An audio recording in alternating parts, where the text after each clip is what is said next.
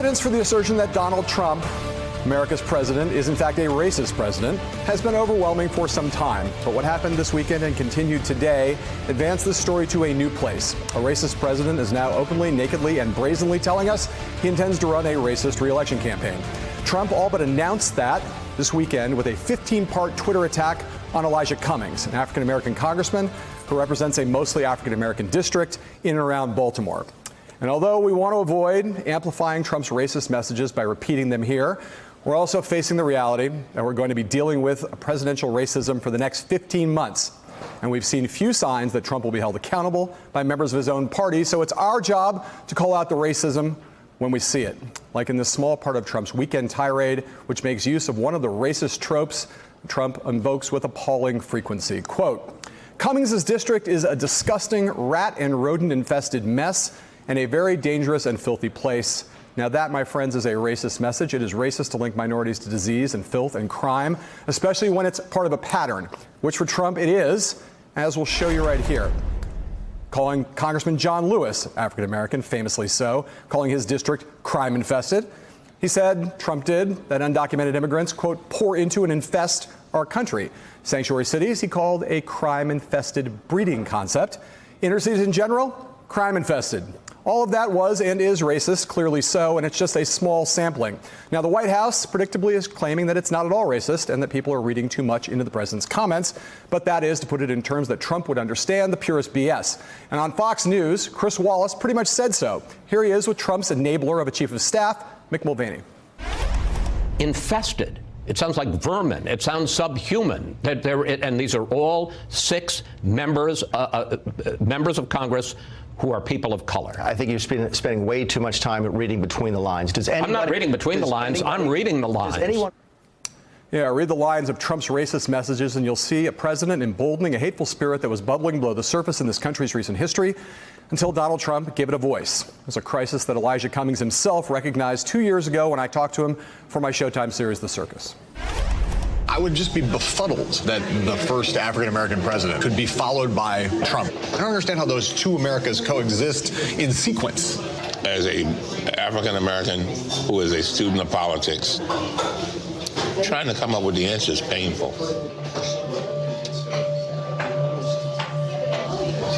To see this as I walk towards the evening of my life,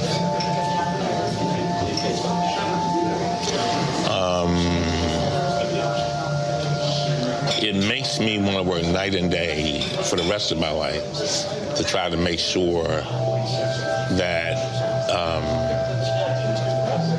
we make the best of the situation.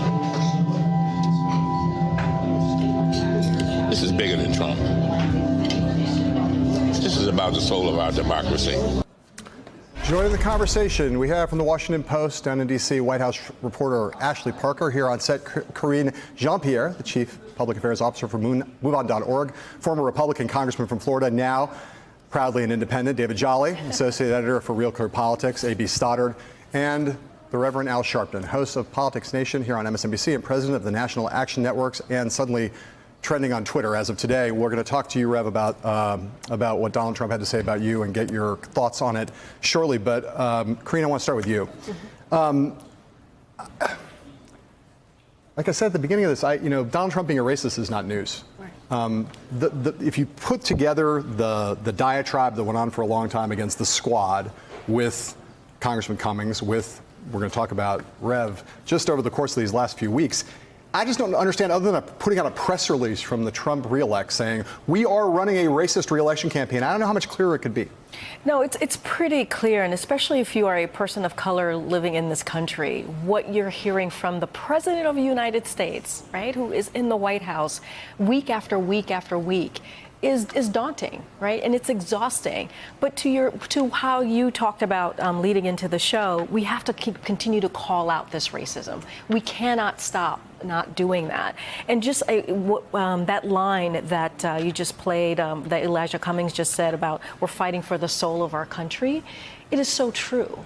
And I have to, I have a former Republican sitting here next to my left here.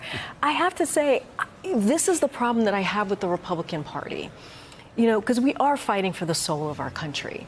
And them being quiet them not saying anything is going to cause such long-lasting damage to our country, to our democracy. Them not calling out Donald Trump is incredibly problematic, and history is going to remember this dark time. It will remember Donald Trump poorly, and it will remember the Republicans who stayed silent. And that is the thing that I just don't understand that's going on with the Republicans. David Jolly, I'm going to put this tweet up, and it was over the weekend, and all the social media traffic. It's a tweet that struck me more than almost any other, and it's a little bit, it's at the edge, but I think it says something true. It's your friend and also Republican, Rick Wilson's tweet from a fellow Floridian. Here it is, Rick Wilson. This is directed at Donald Trump. Why don't you just use the N-word and get it over with? You're almost there, and you clearly want to. That jumped out at me, and I think there are a lot of people watching Trump's behavior that sort of think there's something visceral about that. Feels like true, like the truth. What do you think about that? Yeah, and you feel it because it is true. And this is, to Karine's point, a moment for the Republican Party, but I think a moment for white America to also realize there's an inflection point here that we've arrived at. We look at the African-American community, black Americans, obviously on the receiving end of the racism. We often frame it that way. There's a responsibility among white America to understand why this is racist. And I'll be honest with you, I knew it when the president said it, that's racist. But to understand exactly why takes understanding some of the elements of racism. And I think white America right now needs a better understanding of concepts around casual racism, covert racism, that perhaps it's not based on supremacy of a race, but the reinforcement of negative stereotypes, negative inferences, done with the intent to marginalize, done with the intent to demean. And once you realize that's going on, I wrestled with, how do you respond? What do you do, right? Rick Wilson said, just go ahead and say the N-word. I thought, frankly, about Reverend Al going to Baltimore today and realized, you know what, people who have had to face this generation after generation, the first thing they do is they call it out and they stand up to it. And white America needs to be doing that right now, saying this president is engaging in this type of racist narrative. So I want to put this graphic up of some things that Donald Trump has said about some major American cities. Okay? Here we go. And AB, I'm going to ask you about this. This is a political matter. We're going to talk about the politics of this over the course of the first half of the show. But here we go, this graphic. These are about American cities. Atlanta, Donald Trump says falling apart. Philadelphia, struggling. Chicago, totally out of control. San Francisco, disgusting. Baltimore, a filthy place. He's also attacked Los Angeles and other places. So I just ask you, something strangely, I know some commonality between all those places. Each of those places has a rather large non-white population. And they all, with the exception of Philadelphia, which is in Atlanta, which are in cities in states that Donald Trump won. Many of those cities are cities that are in blue states Donald Trump's never going to win. So again, do we not see, just even in just the geographic targeting, do we not see an undercurrent or an overtone, if you prefer, just straightforward racism? Right. Well, see, it's interesting that he didn't mention New York, where Donald Trump and I both grew up. But yes, it's always that the Democrats create homelessness and chaos, and they can't govern their cities, and they can't take care of their own people. And that, at the beginning, was part of his appeal to his coalition, that the elitists think they know better, and instead they're not taking care of anything. And there was a time when he sort of just defended other people at Charlottesville, or just pretended with Jake Tapper not to know what he was talking about when he mentioned David Duke. And then it was, look at the homelessness in L.A. a couple months ago. But if you look at Friday, when he actually called for the investigation of Barack Obama's book deal, and then that night, 149 African-American former Obama administration officials came out to push back against go home and send her back tweets and chants. And then the next morning, he went on to this whole series of attacks on Elijah Cummings. It really went to a new level where he's saying, there are people who like this. I am now, as you said, intentionally running an out-in-the-open racist campaign because this is going to work for me. And it was the same time that a Washington Post report came out on Saturday saying that the campaign affirms that they think that this is working. So where it used to be sort of on the sides, it was very out there about kind of urban areas and elite Democratic leaders who were blind to the real problems and couldn't take care of it. Now it's, we have to investigate two men for doing nothing who happen to be black officials, one, a president of the United States, and then We can't even get into the fact that his son-in-law is a slumlord in Baltimore and all these other things. It's just incredibly, it's taken off as this kind of out in the open, as you said, short of the press release coming from the campaign. I want to go to Ashley Parker before I come to Rev and talk about his situation. But Ashley, I want to ask you, as we've been talking about this, you know, one of the things the president tweeted over the weekend was, quote, "No human being would want to live there," about Baltimore. 600,000 people live in Baltimore. It seems to be a pretty, again, nakedly racist kind of appeal. And I ask you, as a reporter and someone who covers this White House, is there any attempt, other than Mick Mulvaney tried a little bit, but is anybody there even trying to make some kind of an argument for how these things could be construed in any other way than as not just race-freighted, not just race-coded, not just race-baiting, but just straight up, let's appeal to racial divisions in this country as a way to win? Yeah, I will say that reasonable people can certainly disagree, especially some of the tweets we talked about earlier, the go back tweets. But any single person you talk to in the administration, in the president's orbit, Republican officials, they will say with a straight face that this is not racist. What they will say, and this is what we wrote about this weekend, is that these appeals, which again they will say are not racist but are sort of cultural, right? It's about, do you love or do you hate the country? It's about sort of cities versus urban areas. They will say these issues are good issues for the president to run on. And so when you first saw this happening, the obvious question to the campaign, to the White House was, you know, aren't you worried that you're going to turn off these moderate voters, these independent voters, that you're going to drive turnout for the Democrats? And you would have sort of conventional wisdom would have said you would have expected the answer to be yes. The president's tweets and his comments that are either racist or racially charged and are sort of playing to racial animus are a huge problem. And the answer, they said, was, well, not really. They said, we think this sort of solidifies the base. We think it further energizes the base and maybe gets Trump supporters who didn't show up in 2016 to show up again. And frankly, we don't even know that it hurts us with, say, suburban women in Minneapolis, because we think with this president, sort of the racism or his comments about women are baked in the cake. And we believe these voters will say, maybe I don't like the tweets, I don't like his language, but I still support him. So that is sort of their feeling. Right. When you, Rev, I'm going to get to you, but I will say when you send out tweets about a city with a largely African-American population and you implicitly question the humanity of those people who live in the city, no human would want to live in this city. I find it inescapably racist, but I want to get to the attacks on you right now. So here's what Donald Trump did this morning. Apparently, he was done with Elijah Cummings because you said you were going to Baltimore. Next thing you know, Donald Trump's on Twitter saying, let's put him up.